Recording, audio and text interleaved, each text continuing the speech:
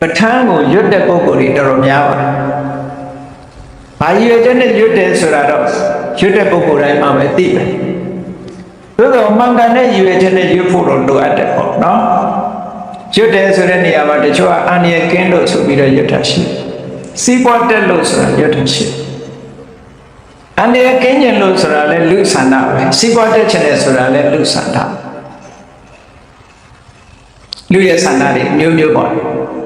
ပဋ္ဌာန်းကျမ်းကြီးကိုပူဇော်ကျွန်တော်ရွတ်တယ်ဆိုတဲ့ပုဂ္ဂိုလ်လည်းရှိကောင်းရှိနိုင်တယ်နော်အထူးသဖြင့်မြန်မာပြည်မှာအထက်ကရာဆရာကြီးတွေကပြောခဲ့တယ်အဲ့ဒီစကားဟာမြန်မာလူမျိုးတွေသိနေကြတယ်တနေ့တစ်ချိန်ကျတော့မြတ်စွာဘုရားဟောကြားတော်မူခဲ့တဲ့တရားတော်ကြီးတွေကွယ်ပြောက်သွားလိမ့်မယ်ကွယ်ပြောက်တဲ့အခါမှာအဘိဓမ္မာတရားကစပြီးကွယ်လိမ့်မယ်အဲ့ဒီအဘိဓမ္မာ9ကျမ်းမှာလည်းပဋ္ဌာန်းကျမ်းကြီးကစကွယ်မယ်ဆိုတော့မကွဲအောင်ပဋ္ဌာန်းပွဲတွေလုပ်ပြီးအတန်20ကျွတ်နေတာလည်းဖြစ်ကောင်းဖြစ်နိုင်တယ်ပေါ့ရည်ရွယ်ချက်ကအဲ့တော့ရွတ်တဲ့ပုဂ္ဂိုလ်တွေစီမံတဲ့ပုဂ္ဂိုလ်တွေရဲ့ရည်ရွယ်ချက်ကတော့ဒါပုဂ္ဂိုလ်တွေဆိုင်ရာရည်ရွယ်ချက်ပဲပြောအောင်ပေါ့သို့တော့ကောင်းမွန်တဲ့ရည်ရွယ်ချက်နဲ့ရွတ်ကြမယ်ပူဇော်ကြမယ်ဆိုရင်မတမ်းမကောင်းပါနဲ့တချို့ကလည်းရှိပဲပေါ့ကသဗ္ဗမြတ်စွာဘုရားလက်ထက်တုန်းကအဘိဓမ္မာ30ပြီးလှိုင်ကူထဲမှာရဟန်းတော်တွေအဘိဓမ္မာ30နေကြတယ်အဘိဓမ္မာတရားရဲ့အတိတ်အနဲ့အလေးအနက်ကိုမသိတဲ့အတိတ်ပဲကိုနားမလည်တဲ့လင်းတို့သား900ဟာအဘိဓမ္မာတရားတန်တွေကိုကြားရင်ကနေပြီးတော့စိတ်ကြည်နူးမှုရတယ်အဲ့ဒီကောင်းမှုကြောင့်ခေါရမမြတ်စွာဘုရားလက်ထက်မှာမျိုးကောင်းသား900လာဖြစ်ပြီးတော့ရှင်သာရိပုတ္တရာထံကအဘိဓမ္မာတပည့်တွေပထမဆုံးအဘိဓမ္မာ9ကျမ်းကိုသင်ခွင့်ရတဲ့ယဟန်900လာဖြစ်လာတဲ့ဆိုတဲ့ story ကိုလည်းပဲဗမာတွေတော်တော်များများသိထားကြတယ်တချို့ကလည်းအဲ့ဒီပဋ္ဌာန်းတန်ကလေးကြားလို့ရှိရင်လင်းတို့တွေအားကြပြီးတော့ပေါ့လေလင်းတို့သားလို့ဒီလိုများဖြစ်မလားအဲ့တော့အဲ့လိုလေးတွေမလုပ်ပါနဲ့နော်လင်းတို့ဆိုတာတရိစ္ဆာန်ပဲကိုကတရိစ္ဆာန်အဆက်မှာဟုတ်ပဲအဲ့တော့ရွတ်ထားပြောမဟုတ်ပဲနဲ့အဓိပ္ပာယ်နားလည်လိုက်မယ်ဆိုရင်ပိုမကောင်းတော့ပိုကောင်းတော့ပေါ့အဓိပ္ပာယ်နားလည်မယ်ဆိုရင်ပိုမကောင်းဘူးလားကောင်းတယ်ဒါကြောင့်မို့လို့အဓိပ္ပာယ်နားလည်အောင်ကြိုးစားလို့ပဲကြည့်မယ်ဆိုလို့ရှိရင်အန္တရာယ်ကင်းမှုရွတ်ထားလို့စီးပွားတက်ဖို့ရွတ်ထားလို့ဆိုတာမဟုတ်တော့ဘူးသူကအန္တရာယ်ကင်းတယ်ဆိုတာအခြားနည်းအန္တရာယ်ကင်းတယ်ဒါပြင်ပဋ္ဌာန်းကျမ်းရွတ်လို့အန္တရာယ်ကင်းတာမရှိဘူးလို့ပြောတာမဟုတ်ဘူးပဋ္ဌာန်းကျမ်းကြီးကိုရွတ်လိုက်လို့ရှိရင်ပဋ္ဌာန်းဒေသနာတော်ကြီးကိုဘုရားလက်ထက်ကနာခဲ့ရတဲ့တက်တန်းရှိတဲ့နတ်တွေရှိတော့အဲ့ဒီနတ်တွေကအေးဘုရားလက်ထက်တော့ငါနာခဲ့ရတဲ့အတန်မျိုးခုကြားတယ်ဆိုပြီးတော့သူတို့ကလာနာခြင်းတော့ပေါ့အဲ့ဒါလို့တကိုးကြီးတဲ့နတ်ကလာနာလို့ရှိရင်ခုနကအနောက်ရှက်ပေးခြင်းတဲ့ဒီနတ်ဆိုးတွေဘာတွေကထွက်ပြေးကုန်တာပေါ့သူက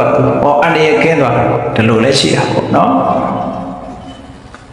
ခုခေတ်မှာလူကြီးတွေလာတယ်ဆိုရင်ပြေးရတယ်လို့ပေါ့နော်ရှင်းပြီးသားဖြစ်သွားတယ်လေအဲ့ဒါလိုပဲတကိုးကြီးတဲ့နတ်တွေလာလို့ရှိရင်အနောက်ရှက်ပေးခြင်းနဲ့ပါဝါအားနေတဲ့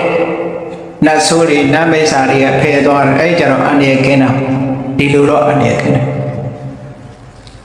သို့တော့ကိုလုပ်တဲ့အလုပ်ကမကောင်းတဲ့အလုပ်ကိုလုပ်ပြီးတော့ဟိတုပစ္စယောနဲ့ကာကွယ်တော့လည်းသိတော့မဟုတ်တော့ဘူး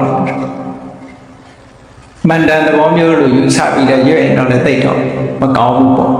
အဲ့တော့ရွတ်တယ်ဆိုတာရည်ရွယ်ချက်မှန်မှန်နဲ့ရွတ်မှကုသိုလ်လည်းရမယ်ပေါ့နော်တကယ်စဉ်းစားဆင်ခြင်ပြီးတော့ရွတ်မယ်ဆိုလို့ရှိရင်ပဋ္ဌာန်းရွတ်ရင်ရွှေရင်မြတ်စွာဘုရားရဲ့ဉာဏ်တော်ကြီးကိုလည်းသိလာလူဘဝနေရတာလည်းပဲဟောဒီအကြောင်းတွေနဲ့အကျိုးတွေနဲ့နေလာတာဗမာစကားမှာပြောလို့ရှိတယ်ပေါ့လားအကြောင်းညီညွတ်ရင်အကြောင်းညီညွတ်ရင်လည်းပြောတယ်အကြောင်းညီညွတ်အောင်လုပ်ဖို့ပဲလိုတယ်ပေါ့အကြောင်းညီညွတ်ရင်ကျွန်တော်နေ့ပြင်ကလာခဲ့ပါမယ်အကြောင်းညီညွတ်ရင်အကြောင်းဆိုတာညီညွတ်မှဖြစ်တာအဲ့ဒီအကြောင်းတွေကိုနားလည်လို့ရှိရင်အကြောင်းကိုညီညွတ်အောင်ဖန်တီးလို့ရတယ်ကြည့်လေလူဖန်တီးလို့ရတာအကြောင်းညီညွတ်အောင်ဘယ်လိုလုပ်တော့ဆိုရင်မျိုးစိလေးတစ်စိကအပင်ပေါက်စေခြင်းလို့ရှိရင်အကြောင်းညီညွတ်အောင်လုပ်ပေးလိုက်တယ်မြေထဲမှာချဆိုင်ရေလေးလောင်းပေးတာဒါအကြောင်းညီညွတ်အောင်လုပ်ပေးလိုက်တာပဲလေကိုကနေပြီးတော့တစ်ပင်ကိုမန်းမှုတ်ပြီးတော့အပင်ပေါက်အောင်လုပ်ခိုင်းလို့မှမရတာဘာ ဘာလုပ်ပေးရတော့မြေနဲ့ရေနဲ့တွေ့ပေးတာပါမြေနဲ့ရေနဲ့တွေ့ပေးတယ်ပိုးကောင်ပွားကောင်ဖယ်ရှားပေးတယ်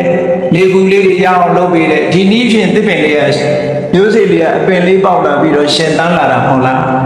ဒါအကြောင်းတရားတွေညညွတ်အောင်လုပ်ပေးတာသဘောပဲ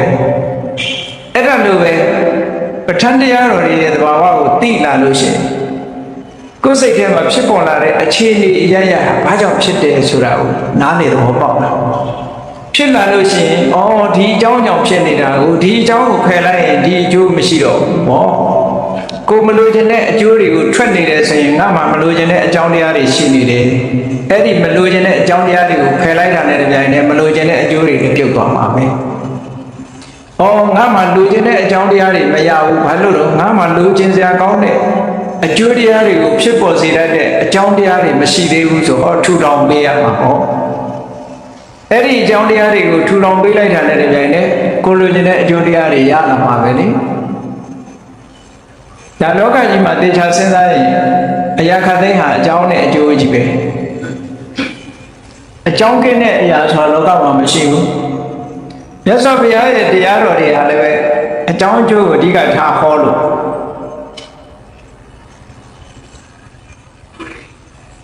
ပထမဆုံးအခြေခံအဖြစ်မြတ်စွာဘုရားသခင်ကိုရောမြတ်ကသစ္စာလေးပါးကိုဟောတယ်သစ္စာလေးပါးဆိုတာကြည့်လေဒုက္ခဆိုတလောကကြီးကိုမြတ်စွာဘုရားဒုက္ခလို့နာမည်တပ်လိုက်တယ်။ဘာဖြစ်လို့ဒုက္ခလို့နာမည်တပ်တာလို့ဆိုဆင်းရဲလို့ဒုက္ခလို့ပြောတာမဟုတ်ဘူး။ဒီထဲမှာချမ်းသာတာတွေလည်းပါတယ်နော်။ဘာဖြစ်လို့ဒုက္ခလို့နာမည်တပ်လိုက်တယ်လဲလို့ဆိုရင်ဒုဆိုတာခြေတတ်เสียမကောင်းဘူးခကကိုထင်တဲ့အတိုင်းဘာမှမရှိဘူး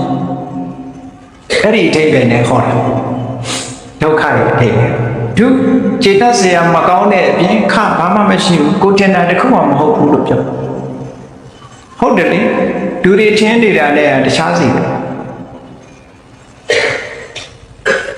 ကိုယ်တဏ္ဍာကိုတွေးပြီးတော့ငါလို့ထင်နေတယ်တကယ်တော့ငါဆိုတာပြเสียလည်းဘာမှမရှိဘူးပြเสียမရှိသည့်အတွက်ခြေတတ်เสียမကောင်းအဲ့ဒီစကားလုံးနှစ်ရပ်ပေါင်းစပ်ပြီးတော့ဒုက္ခလို့ခေါ်တာအဲ့တော့ဒုက္ခဆိုတာကြောင်းကြောင့်ဖြစ်လာတဲ့အကျိုးတရားတွေအလုံးကိုရည်ညွှန်းပြီးတော့မြတ်စွာဘုရားဟောထားတာအဲ့ဒီဒုက္ခမှာဆိုင်ရာအကြောင်းတရားကိုဒုက္ခသမုဒယလို့သစ္စာလေးပါးမှာအဓိကအဖြစ်တဏှာကိုဟောတယ်သို့သောနိဗ္ဗိဒဘာဂိယတုတ်မှာကြတော့ဒုက္ခသမုဒယကိုပရိစ္ဆသမုပ္ပါထဲဟောမြတ်စွာဒါနဲ့တတိထားစရာချက်တစ်ခုနော်တဏှာဆိုတာအဓိကပဓာနာခေါင်းစဉ်တက်ပြီးတော့ဟောတာတဏှာကဒုက္ခသမုဒယအဝိဇ္ဇာတို့ကဒုက္ခသမုဒယမဟုတ်ဘူးလို့ပြောလို့မရဘူးဆင်းရဲတဲ့အကျိုးလူချင်းစရာမကောင်းတဲ့တန်တရားထဲမှာဖြစ်ပေါ်လာတဲ့အကျိုးတရားတွေကိုထုတ်လုပ်တာမှန်သမျှဟာဒုက္ခသမုဒယတွေကြီးပဲလို့ဒီလိုနားလည်ရအဲ့တော့မြတ်စွာဘုရားတရားတော်ဒီသစ္စာလေးပါးမှာဒုက္ခနဲ့ဒုက္ခသမုဒယကိုဟောကြတဲ့ကအကြောင်းတရားနဲ့အကျိုးတရားကိုဟောတယ်ဆိုထင်ရှားတယ်ရှင်သာရိပုတ္တရာမထေရမြတ်ကဘုရားဘာသာသာသနာတော်မြတ်ကြီးကိုဘုရားဘာသာမဖြစ်ခင်ကသာသနာတော်ထဲဝင်မလာခင်ကသင်္ဆေယဆရာကြီးရဲ့ပရပိုက်သာသနာမှာသူကပထမဆုံးဝင်ပြီးတော့လေးလာပရပိုက်ဖြစ်နေသူဝါဒတွေလေးလာရင်ကနေပြီးတော့အနှစ်သာရမရှိဘူးဆိုတာသိလို့အနှစ်သာရရှိတဲ့တရားကိုဆက်လက်ရှာဖွေနေတာနောက်ဆုံးမှာပိဿဝဂီ၅ပါးကအငယ်ဆုံးဖြစ်တဲ့ရှင်အတ္တစီနဲ့တွေ့တော့ဘုရားရဲ့ဝါဒအချင်းချုပ်ပြောပြပါဆိုတော့ဒီအကြောင်းနဲ့အကျိုးပဲပြောတာပဲခြေဓမ္မဟိတုပ္ပဘဝတေတံဟိတုံတထာဂတောအကြောင်းကြောင့်ဖြစ်လာတဲ့အကျိုးတရားတွေရှိတယ်အဲ့ဒီအကျိုးတရားတွေရဲ့အကြောင်းကိုမြတ်စွာဘုရားဟောပါတယ်ဆိုတော့ဒုက္ခနဲ့ဒုက္ခသမုဒယဟောတယ်လို့ပြောတာအဲ့လိုဆိုလို့အဲ့တော့ဒီလောက်ကလေးပြောလိုက်တာနဲ့သူညံပွင့်သွားတယ်ဘလောက်ထိပွင့်သွားလဲဆိုရင်မှားယွင်းနေတဲ့အယူဆတွေလုံးဝကင်းသွားတယ်တန်တရားလုံးဝကင်းသွားတယ်အဲ့ဒါကိုပဲစာလို့ပြောရင်ဒိဋ္ဌိဝိသိကိစ္စကွာသွားတယ်ပြောတယ်ဟောသောတာပန်ဖြစ်တယ်ဆိုတာအဲ့ဒါဒိဋ္ဌိဝိသိကိစ္စကင်းသွားတယ်အဲ့တော့မြတ်စွာဘုရားရဲ့ဝါဒဒီအကြောင်းနဲ့အကျိုးကိုရှင်းပြတဲ့ဝါဒ အဲ့ဒီသစ္စာ၄ပါးကိုပဲအခြေချက်ပြီးတော့ပြောလိုက်တဲ့အခါကျတော့ပဋိစ္စသမုပ္ပါဒ်ထပ်ပြီးတော့အခြေချက်လိုက်တာကြည့်ဒုက္ခသမုဒယကအဝိဇ္ဇာဒုက္ခကသင်္ခါရဝိဇ္ဇာပစ္စယသင်္ခါရဒုက္ခနဲ့ဒုက္ခသမုဒယပဲအဲ့ဒီမှာ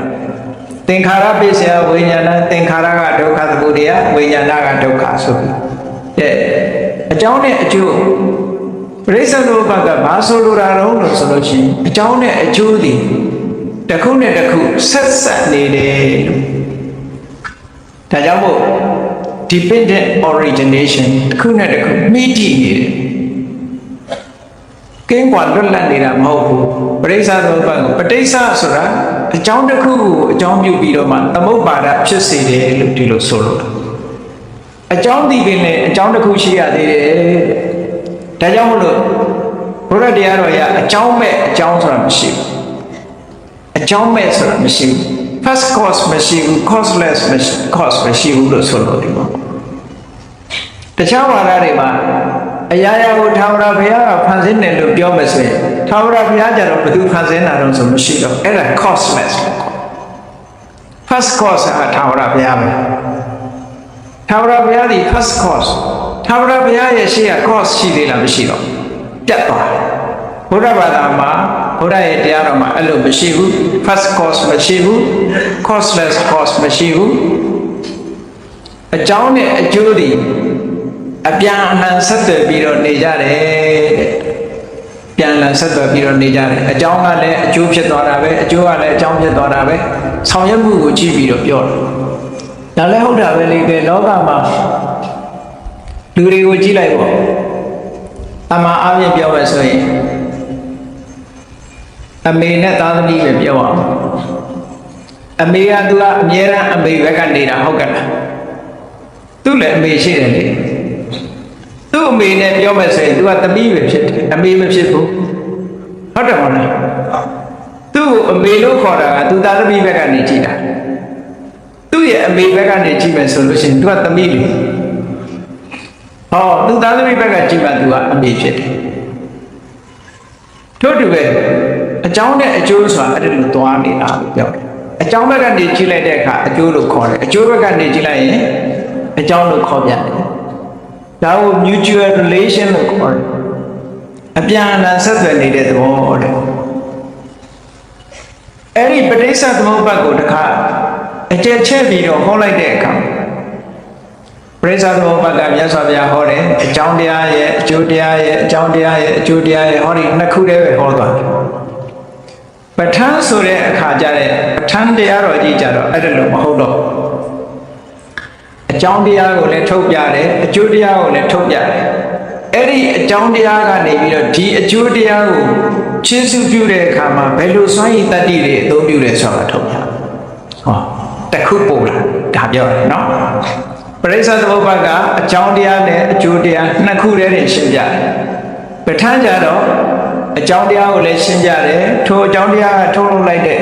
သို့မဟုတ်ဒီစေတဲ့အကျိုးတရားကိုလည်းထုတ်ပြတယ်အဲ့ဒါလိုဖြစ်စေဒီစေတတ်တဲ့အကြောင်းတရားရဲ့စွမ်းရည်တတ္တိကိုလည်းထုတ်ပြတယ်သူ့မှာဘာစွမ်းရည်တွေရှိတယ်လဲဘာစွမ်းရည်နဲ့သူကဒီလိုလုပ်ထားတာလဲတတ္တိဆိုတာရှိတာအကြောင်းတရားမှာဆံရတတ္တိလေးတွေမရှိဘဲနဲ့သူကအကျိုးတရားတစ်ခုကိုမဖြစ်စေတတ္တိဆိုတာစွမ်းနိုင်တဲ့ capability energy ဒါကိုပြောတာနော် energy စွမ်းအင်ပေါ့အဲ့ဒီစွမ်းအင်လေးတွေကိုအသုံးပြုပြီးတဲ့အခါကျတော့မှခုနအကျိုးတရားဆိုတာဖြစ်ပေါ်လာတာပေါ့ဘုရားခါသိမ်းမှာသူကလည်းသူအကြောင်းတရားမှာသူ့ရဲ့ energy လေးတွေရှိတယ်အဲ့ဒီ energy လေးတွေကြောင့်အကျိုးတရားပေါ်လာတာလို့ဒါပြောတာနော်အဲ့တော့ပဋ္ဌာန်းကြတော့ရသော်ဗျာပြည့်ပြည့်စုံစုံဟောလိုက်တယ်အကြောင်းတရားကိုလည်းဟောတယ်အကျိုးတရားကိုလည်းဟောတယ်အကြောင်းတရားရဲ့တတ္တိကိုလည်းဟောတယ်ဆိုသုံးမျိုးဟောတာအဲ့ဒါကြောင့်မလို့စွမ်းရည်တတ္တိတွေရဲ့နာမည်အနေနဲ့24ပစ္စည်းကိုမြတ်စွာဘုရားအသုံးပြုတယ်ဟေတုပစ္စယောအာရမဏပစ္စယောအသုံးပြုတဲ့အသုံးပြုပုံသူပြုနေအကြောင်းတရားရဲ့စွမ်းရည်တတ္တိတွေကိုထုတ်ဖော်ပြီးတော့ဟောထားတာတဲ့အဲ့တော့ပဋိစ္စသမုပ္ပါဒ်နဲ့တစ်ချက်ပို့သွားတယ်ပဋ္ဌာန်းတရားကြီးကပို့ပြီးတော့ပြည့်စုံသွားတယ်ပဋိစ္စသမုပ္ပါဒ်ကိုခွင့်ဆိုတဲ့ ရှင်မဘုဒ္ဓကောသအထက်ကရာဆရာကြီးကပရိစ္ဆေသမုပ္ပါဒ်နဲ့ပဋ္ဌာန်းကိုရောပြီးတော့ဖွင့်ပြပရိစ္ဆေသမုပ္ပါဒ်ကြီးတတ်ဆိုလို့ရှိရင်ပဋ္ဌာန်းမပါအဲ့တော့ပရိစ္ဆေသမုပ္ပါဒ်နဲ့ပဋ္ဌာန်းကိုတွဲပြလိုက်တဲ့အခါကျတော့ပို့ပြီးတော့လက်လဲလာပေါ့ဒါကြောင့်ဒီပရိစ္ဆေသမုပ္ပါဒ်ကိုရှင်းပြဖို့ရကြတော့ရှင်မဘုဒ္ဓကောသတောင်းပါပဲသူကပင်လေကြီးထဲမှာသူဟာမရနိုင်တယ်လို့ပဲအမတန်နဲ့တဲ့ပင်လေကြီးထဲမှာမရနိုင်တယ်လို့ဒါရှင်းပြဖို့သူ့ညာအမတန်ကိုကြိုးစားပါတယ်လို့ပြောတာနော်အမတန်ကိုကြိုးစားပါတယ်အမတန်ခက်ခဲပါဘာလို့လဲဆိုပဋ္ဌာန်းကြီးပါထည့်ပြီးတော့ပရိစ္ဆေသမုပ္ပါဒ်ထဲမှာထည့်ပြောတာသူပြောဖို့ပြောနည်းလေးကအဝိဇ္ဇာကနေပြီးသင်္ခါရကိုခြေစုပ်ပြုတယ်ဆိုတဲ့နေရာမှာဘာတတ္တိကိုခြေစုပ်ပြုတယ်လဲဆိုတော့ပရိစ္ဆေသမုပ္ပါဒ်မှာမပါပဋ္ဌာန်းကနေပြီးဆက်သွယ်ပြီးတော့ပြောလို့ရတယ်ဟောအဝိဇ္ဇာဒီသင်္ခါရကိုဖြစ်စေအဝိဇ္ဇာပစ္စယသင်္ခါရဘယ်လိုစွမ်းရည်တတ္တိတွေမှာအဝိဇ္ဇာရှိတယ်လဲဘာကြောင့်သင်္ခါရကိုသူအထောက်အကူပြုနိုင်တယ်လဲဆိုတော့ဟောခြေစုပ်ပြုပုံခြေစုပ်ပြုနည်းတွေကိုဝိသုဒ္ဓိမဲ့မှာတေချာရှင်းပြီးတော့ဟောရေးထားတာရှိတယ်ပေါ့ဒါတောင်အကျဉ်းအဖြစ်ရှင်းတာအေးကောင်းပြီတရားဓမ္မဆိုတာတစ်ခုနဲ့တစ်ခုဒီလိုပဲဆက်သွယ်ပြီးတော့နေတာဖြစ်တော့ကြောင့်ဘုန်းကြီးတို့တွေအပြန်အလှန်နားလည်ဖို့ရတဲ့ဆက်သွယ်မှုကိုချိချရအောင်ပဋ္ဌာန်းတရားတော်ကြီးကိုရွတ်ဖတ်ပူဇော်နေတဲ့ပုဂ္ဂိုလ်တွေလည်းပဲရွတ်ဖတ်ပူဇော်ရင်အာယုပြုနိုင်အောင်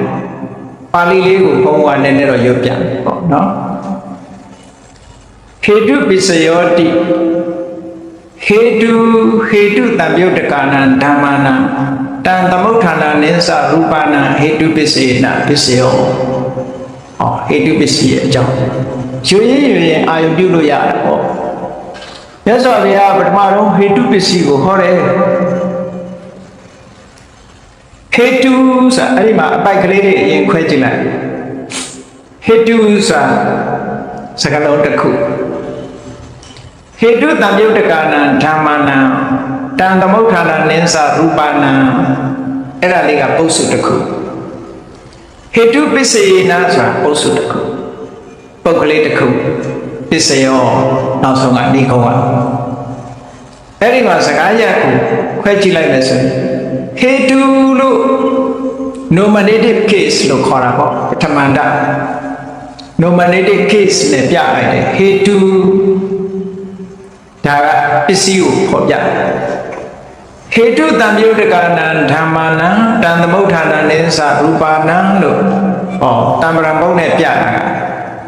ဒီ dative case လို့ခေါ်တယ် dative case နဲ့ပြတဲ့စကားလုံးကအကျိုးတရားကိုခေါ်ပြတယ်ဟေတုပစ္စေနာလို့ဆိုတာပစ္စယတတ္တိကိုခေါ်ပြတယ်ပိုင်း၃ပိုင်းရှိတယ်ကြည့်ပါစို့ပိုင်း၃ပိုင်းဒါပါဠိကိုရွတ်ဖတ်တဲ့ပုဂ္ဂိုလ်တွေအတွက်ဒါစဉ်းစားလို့ရအောင်ကဲဟေတုလို့ဆိုတာမြန်မာဟေတုကိုအဓိပ္ပာယ်မပြန်တော့ဟိတ်လို့ပဲပြောလိုက်နော်ဟိတ်ဆိုတော့ဘာမှတော့မသိတော့ဘူးပေါ့စာပေဝါဟာရတစ်ခုဖြစ်သွားတယ်ဟေတုဆိုတဲ့စကားလုံးကိုနောက်ကတုဖြုတ်ထားပြီးဟိတ်ပဲခေါ်လိုက်တော့ပေါ့အခုတော့နောက်ကတီနဲ့တတ်ပြီးတော့ဟိတ်ဆိုတဲ့အတန်ပြအောင်ရေးတယ်ပေါ့မန်စဖြစ်တော့ကတော့ဟေတုဒီလိုပြောတဲ့သဘောပေါ့နော်နောက်ကတုကိုတကိုအတန်တဝဲယူပြီးတော့ဟိတ်လို့ဒီလိုပြောလိုက်တဲ့စကားတစ်ခုနာထဆိုတဲ့စကားလုံးကိုနတ်လို့ပြောလိုက်တယ်လို့ပေါ့ဒါအိန္ဒိယမှာလည်းဒီတိုင်းပဲထုံးစံ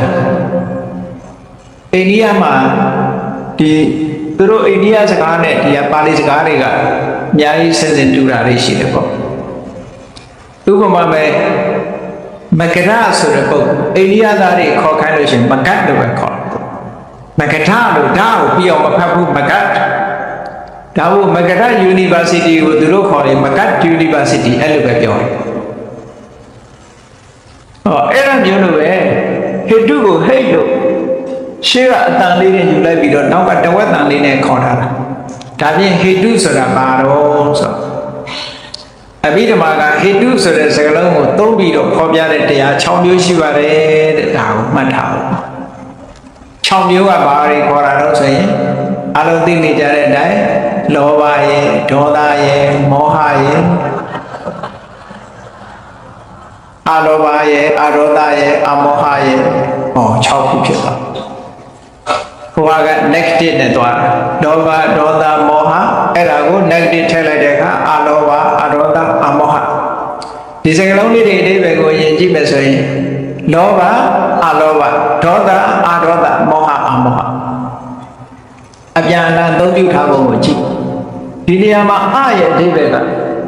မရှိဘူးဆိုတာလေးတွေဖော်ပြတာမဟုတ်ဘူးအရဲ့အဓိပ္ပာယ်ကပฏิပက္ခဆိုတဲ့အဓိပ္ပာယ်ကိုဖော်ပြတယ်ဆန့်ကျင်တယ်ဆိုတဲ့အဓိပ္ပာယ်ကိုဖော်ပြတယ်အဲ့တော့ဆိုပါစို့လောဘဆိုတာလိုချင်တယ်အလောဘဆိုတာလောဘမရှိတာကိုပြောတာဒီလိုမဟုတ်ဘူးဒီအဓိပ္ပာယ်မဟုတ်ဘူးเนาะလောဘဆိုတာလိုချင်တဲ့သဘောအလောဘဆိုတာအဲ့ဒီလိုချင်တဲ့သဘောကိုဖယ်ရှားပြနိုင်တဲ့သဘောမှာအလောဘဒါကြောင့်မို့လို့လောဘမရှိဘူးဆိုတာအဲ့ဒီတဲ့အချိန်လဲလောဘမရှိဘူးလေအဲ့ဒါအလောဘလို့ခေါ်လို့ရမလားမရဘူးစိတ်ဆိုးနေတဲ့အချိန်ရောလောဘရှိရမရှိဘူးအဲ့ဒီအချိန်မှာအလောဘလို့ခေါ်လို့ရမရဘူးဒါကြောင့်မို့လို့လောဘကို craving လို့ပြန်မယ်အလောဘကြတော့ non craving လို့ပြန်မယ်ဆိုလို့ရှိရင်နည်းနည်းပေါ့သွား non craving ဆိုတာ craving မရှိဘူးဆိုတဲ့အဓိပ္ပာယ်သွားရောက်တယ်မရှိုံလေးတက်တက်ကိုပြောတာမဟုတ်ဘူးဒါကြောင့်မို့ anti craving ဆိုလို့ရှိရင် craving ကိုဖြည့်ဆည်းပြတယ်ဒီအဓိပ္ပာယ်ထီအောင်စွန့်ရင်တတ်ရှိတယ်ဒါကြောင့်မို့ပฏิပက္ခနဲ့ဟောလို့ထက္ကရာတွေအဖွင့်တာမိတ္တဆိုတာမိတ်ဆွေအမိတ္တဆိုတာမိတ်ဆွေမဟုတ်ဘူးမိတ်ဆွေမဟုတ်တဲ့လူကကိုယ်နဲ့မသိတဲ့လူတွေမိတ်ဆွေမဟုတ်တာတွေအများကြီးသို့သောအမိတ္တဆိုတာရန်သူကိုပြောတာမိတ်ဆွေမဟုတ်ရင်လည်းမဟုတ်ဘူးเนาะအဲ့ဒီစကားလုံးမှာရှိတာလို့ပဲလောဘဆိုတာလိုချင်တဲ့သဘောအလောဘဆိုတာလိုချင်တဲ့သဘောရဲ့ဆန့်ကျင်တဲ့သဘောလို့ဒီလိုဆိုလို့တယ်မလိုချင်ုံတက်တက်ကိုပြောတာမဟုတ်ဘူးဒီလိုနားလည်ရမယ်เนาะဒေါသဆိုတာလည်းထို့တူပဲအင်္ဂလိပ်လိုပြန်တော့ hatred ပြန်တယ်မုန်းတီးခြင်းတစ်မျိုးနဲ့ဒေါသမဟုတ်ဘူး fear ကြောက်တာလည်းဒေါသပဲကြောက်တာလည်းဒေါသလို့ခေါ်တယ်မုန်းတာလည်းဒေါသပဲကြောက်တာလည်းဒေါသပဲအဒေါသကြတော့အမုန်းမရှိုံတက်တက်ကိုအဒေါသခေါ်တာမဟုတ်ဘူးအကြောက်မရှိုံတက်တက်ကိုအဒေါသလို့ခေါ်တာမဟုတ်ဘူး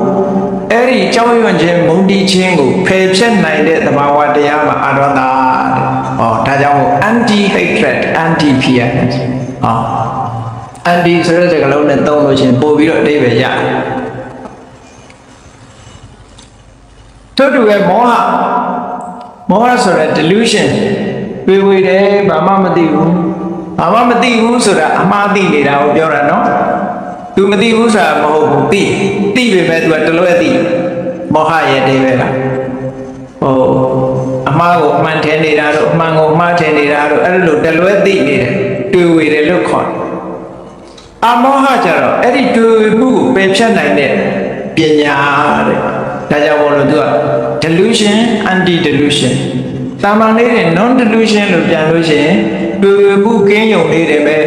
အမောဟလို့အဓိပ္ပာယ်ရောက်သွားတယ်တဲ့အဲ့ဒီအဓိပ္ပာယ်မရဘူးမဟုတ်ဘူးတဲ့ဆိုလိုတာမဟုတ်ဘူးအဲ့တော့ကဲဒီသဘာဝလေးတွေကိုရှင်းစွာနားလည်ပြီးလောဘဆိုတာလဲကိုယ်နဲ့ယဉ်နီးပြီးသားအလောဘဆိုတာလဲယဉ်နီးပြီးသားဒေါသအဒေါသမောဟအမောဟအကောင်းတဲ့အဆိုးလေးတွေတွဲပြီးတော့ပြထားတယ်အဲ့ဒီ6ခုကိုဟိတ်6ပါးလို့စာပေမှာသုံးတာပေါ့အဲ့ဒီဟိတ်6ပါးဒီဟောဒီဟိတုပစ္စည်းနဲ့ဆိုင်တဲ့အကြောင်းတရားပါပဲသူကနေပြီးတော့အကျိုးပြုလိုက်မယ်ဘာတွေကိုအကျိုးပြုလဲဆိုတာအဲ့ဒါကိုကြည့်ရကြည့်ဟိတုတံပြုတ်တကာနံဓမ္မနံ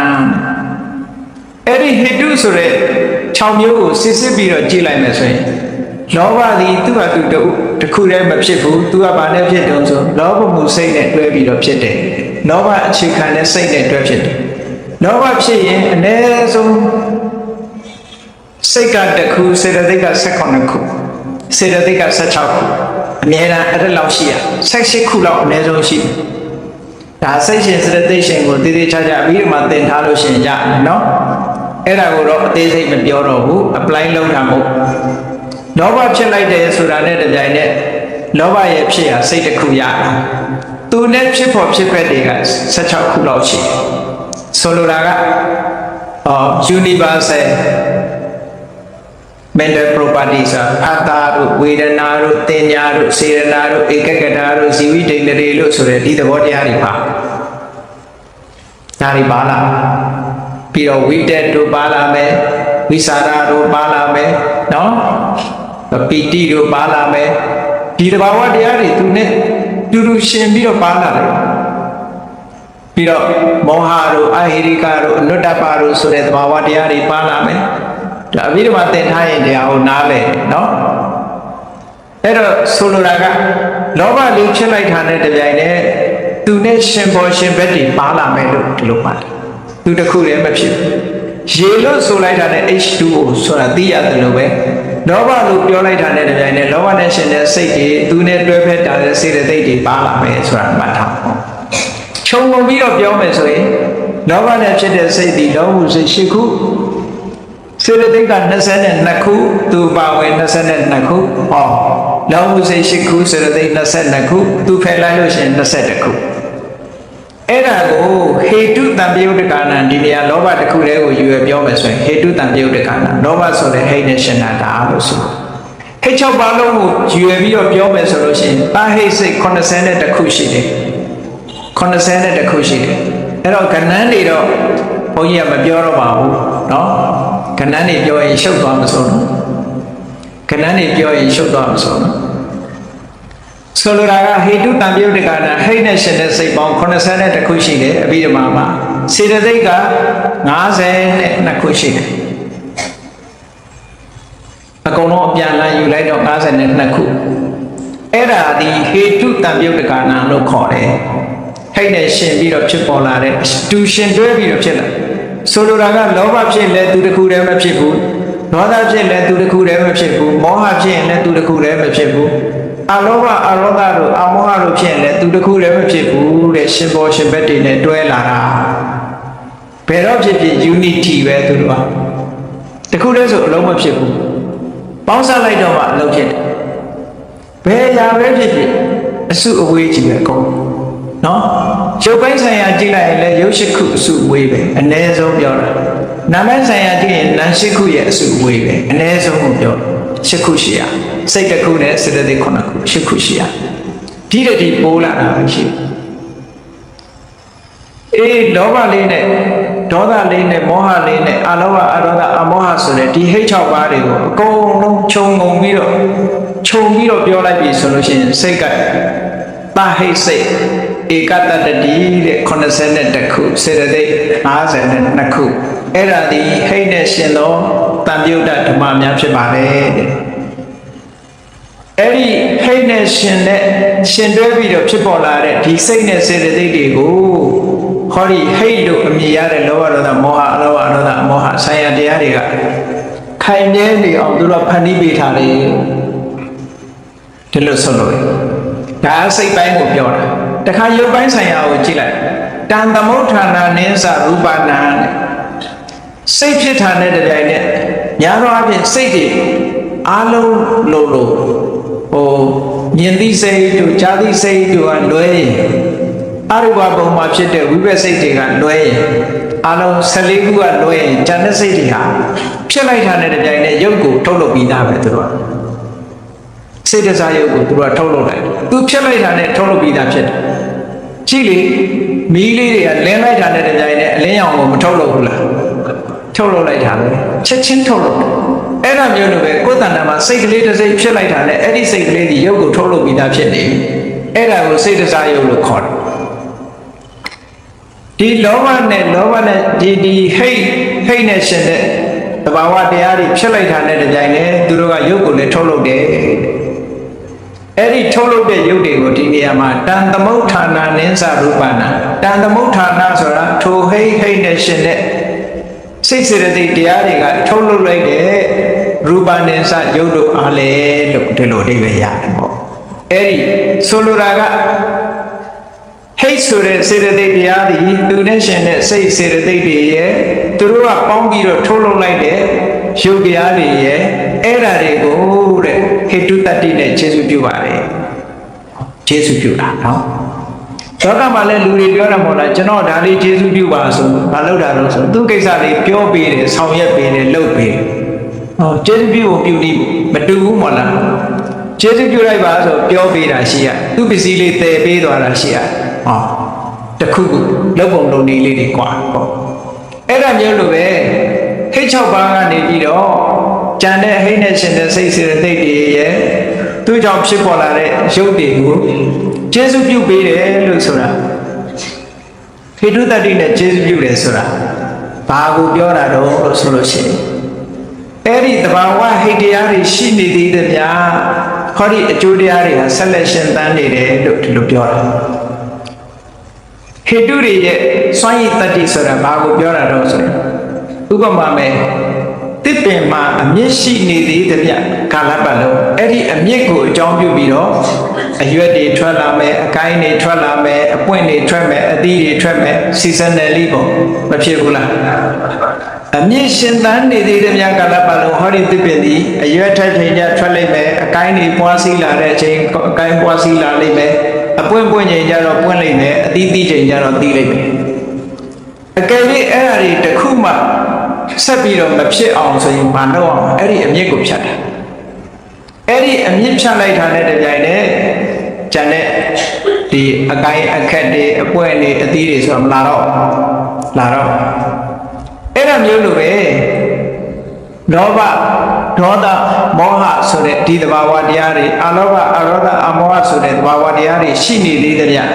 ဆိုင်ရာအကြောင်းတရားတွေဟာဆိုင်ရာအကျိုးတရားတွေဟာဆက်လက်ပြီးတော့ရှင်သန်နေမှာပဲလို့ထားပြောတာเนาะကဲ apply လုပ်ကြည့်အောင်လောဘဖြစ်တယ်ဆိုတာလေလောဘဖြစ်တယ်ပစ္စည်းလေးတစ်ခုကိုလိုချင်တဲ့လောဘစိတ်လေးဖြစ်တာအဲ့ဒီလောဘဆိုတဲ့သဘောလေးပေါ်လာကြတဲ့ကသူဘာတွေတွေးနေလဲစဉ်းစားကြည့်လိုချင်တဲ့စိတ်နဲ့ပဲတွေးမနေဘူးလားအဲ့ဒီလိုချင်တဲ့အတွေးတွေဆိုတာလောဘနဲ့ရှင်းနေတဲ့စိတ်တွေဖြစ်နေတာပဲလေလိုချင်တဲ့အတွေးတွေသူပြောရှိနေတယ်ဟုတ်ကဲ့လောဘလေးရှိနေတယ်များလိုချင်တဲ့အတွေးတွေတွေးနေလိမ့်မယ်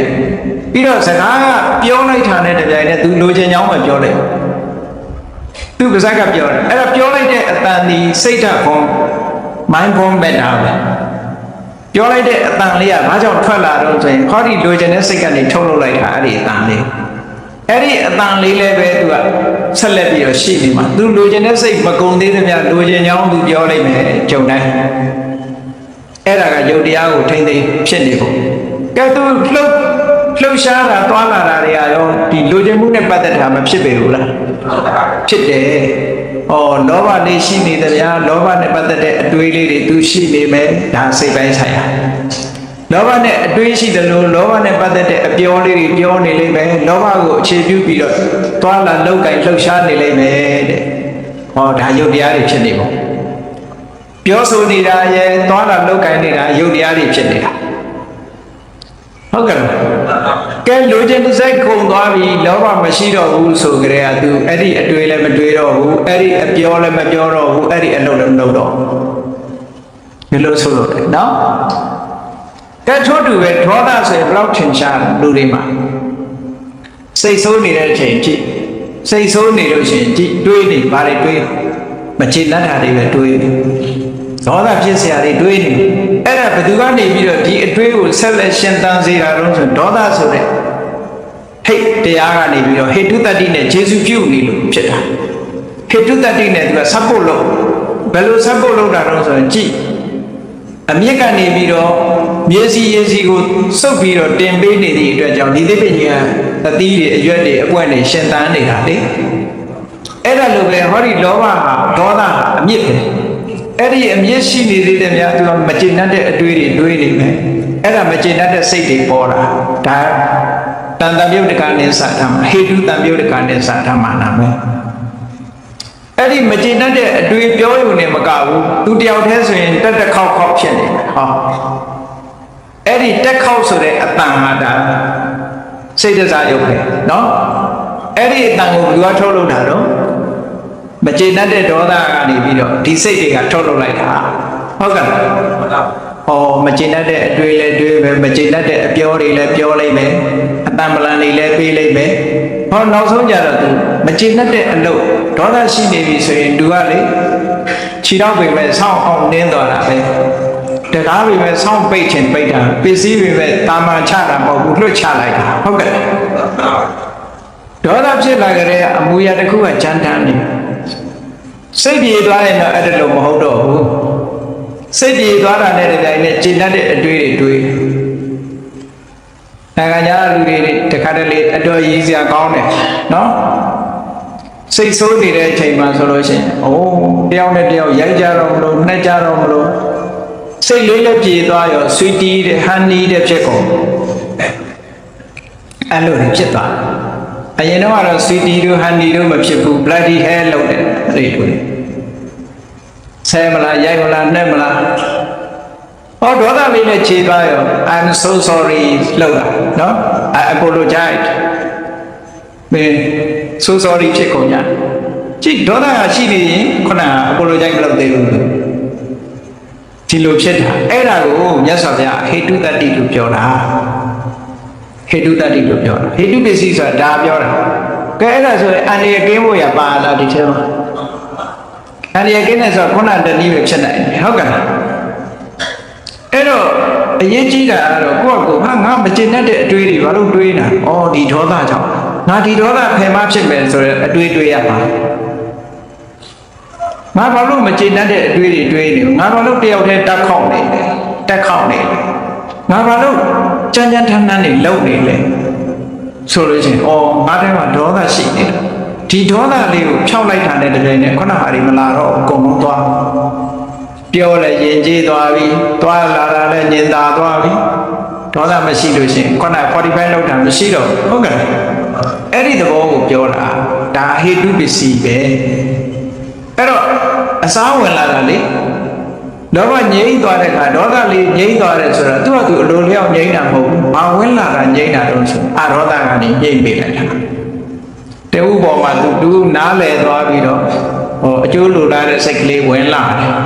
ငါလုံးမိတာမှားတယ်အဲ့ကြတော့ဖြစ်တာငါပြောမိတာတွေလွန်သွားပလားဟောစဉ်းစားတာဟုတ်ကဲ့အဒေါသလေးဝင်လာရင်အဲ့လိုစဉ်းစားဒေါသဝင်နေတော့အိုးနဲတော်နေသေးတယ်ပြောမယ်ဆဲမယ်အာရပါရပြောမယ်အဲ့ဒီဒေါသလေးလည်းပျောက်သွားပြီးတော့အဒေါသသဘောလေးမေတ္တာသဘောလေးလည်းဝင်လာလိုက်ရောခုနဖြစ်သွားပြန်ဟောဒေါသပျောက်သွားတော့သူရောက်လာအဒေါသပျောက်ရောက်လာပြန်တာပဲနော်လောဘပျောက်သွားပြန်လို့ရှင်လဲခုနအာလောဘရောက်လာပြန်အာလောဘရောက်လာတဲ့အခါကျဘာဖြစ်တော့လှူရမယ်တန်းရမယ်ဘယ်သူကူညီပေးရမလဲဆိုတဲ့အတွေးတွေတွေးလာတယ်ကိုယ့်ပစ္စည်းကိုဆုံးလို့ချင်တယ်ကျွေးချင်တယ်မွေးချင်တယ်ဆိုဟောတော့အတွေးတွေတွေးလာတယ်ဟိုကဒီအတွေးမျိုးတွေတွေးလာတယ်ပြောလာတယ်ဆိုးလာတယ်လောက်ကင်လာတယ်ဟောအာလောဘဝင်လာလို့ရှိတယ်လောဘဝင်လာရင်အဲ့ဒီတွေးတွေကိုပျောက်ကုန်ကြရော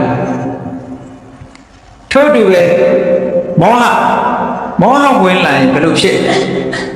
မောဟဝင်လာလို့ရှိရင်တန်တရားတွေဖြစ်လာဟိုပဋ္ဌာန်းဆိုဘုရားဟောတာဟုတ်ကဲ့ဘယ်သူပြောနိုင်မှာလွန်ခဲ့တဲ့နှစ်ပေါင်း2000ကပဋ္ဌာန်းဟောတာရောဟုတ်လားဒါရွတ်နေလို့ရောကုသိုလ်ရတာဟုတ်ကဲ့လားဟောအတွေးတွေဝင်လာပြီးတန်တရားတွေဖြစ်လာဒါမောဟဝင်လာစိတ်တွေကမတည်ငြိမ်ဘူးလွင်ပါလာတယ်ဟောမောဟမှုစိတ်တွေဖြစ်လာဟောမောဟရှိနေရင်အဲ့ဒီအတွေးတွေဝင်နေမှာပဲဒါကမောဟကနေပြီးတော့ကြည့်သူကနေပြီးတော့ထုတ်လုပ်နေတာနော်မောဟကထုတ်လုပ်နေသည့်အတွက်ကြောင့်တန်တရားတွေဝင်လာတယ်ဟိုမငြိမ်သက်တဲ့အတွေးတွေတွေးလာတယ်မယုံကြည်တဲ့အတွေးတွေဝင်လာတယ်ဟောမောဟကနေအဲ့ဒီလိုမဟုတ်ဘဲနဲ့တေးသေးချာချာအသိဉာဏ်နဲ့ဆင်ញင်စဉ်းစားတတ်လာလို့ဉာဏ်ရလာပြီဆိုကြတဲ့ခုနဟောတန်တရားဆိုတဲ့အတွေးတွေမလာတော့ဘူးတန်တရားဆိုတဲ့အတွေးတွေမလာတော့ဘူးစိတ်ပြန့်လွဲ့နေတာမရှိတော့ဘူးအမောဟဆိုတဲ့အဉာဏ်ရလာတဲ့အခါကျတော့ဒါတွေတောက်သွားပြန်အဲ့ဒါကိုပြောလို့တာဟေတုပစ္စည်းဆိုတာဒီအဓိပ္ပာယ်ကိုဆိုလိုပါလေလောဘတွေဒေါသတွေမောဟတွေဆိုတဲ့ဒီအကြောင်းတရားတွေဟိတ်တရားတွေမိမိတို့တဏ္ဍာမှာရှိနေသေးတယ်များအတွေးတွေလည်းဆက်ပြီးတော့ဖြစ်နေမယ်ပြောမှုဆိုမှုတွေလောက်ကိုက်မှုတွေလည်းဆက်ပြီးတော့ဖြစ်နေမယ်ဒါကိုဘယ်သူကနေပြီးတော့ဖြစ်ပေါ်စေတာတော့ဆိုရင်လောဘဒေါသမောဟဆိုတဲ့ဒီဟိတ်တရားတွေကနေပြီးဒီဆိုင်ရာအကျိုးတရားတွေကိုရှင်းတန်းနေအောင်ဆက်လက်ဖြစ်နေအောင်လုပ်ပေးထားတာလို့ဒါ ဒါကိုဟိတုတ္တိလို့ခေါ်ပါတယ်အဲ့ဒါကိုမြတ်စွာဘုရားကဟောတာနော်ဟေတုတံမြုရကနံဓမ္မနံတံသမုဋ္ဌာနံနိသရူပနံဟေတုပစ္စယေနပစ္စယောဟေတုလောဘဒေါသမောဟလောဘဒေါသအမောဟလို့ဆိုရဲဟိတ်6ပါးတရားတို့သည်ဟေတုတံမြုရကနံထိုဟိတ်6ပါးနှင့်ရှင်ပြီးတော့ဖြစ်ပေါ်လာတဲ့စိတ်စေတသိက်တရားတို့အား၎င်းတန်သမုဋ္ဌာနံထိုဟိတ်နှင့်ရှင်တဲ့စိတ်တရားတို့ရဲ့စိတ်တရားတို့အကြောင်းပြုပြီးတော့ဖြစ်ပေါ်လာတဲ့ရူပနဲ့စာယုတ်တရားတို့အား၎င်းဟေတုပစ္စယေနာဟေတုတတ္တိဖြင့်ပစ္စယောဥပကာရကောကျေစုပြုတတ်သည်ဟောတိစင်စစ်မသွေဖြစ်ပါပေတော့ဤဣတိဤသို့ဘဂဝါရွှေဘုံတော်လည်းခင်ရှင်တော်မြတ်ဘုရားသည်အဝေါစကောင်းစွာမသွေဟောကြားတော်မူခဲ့ပါပေတည်း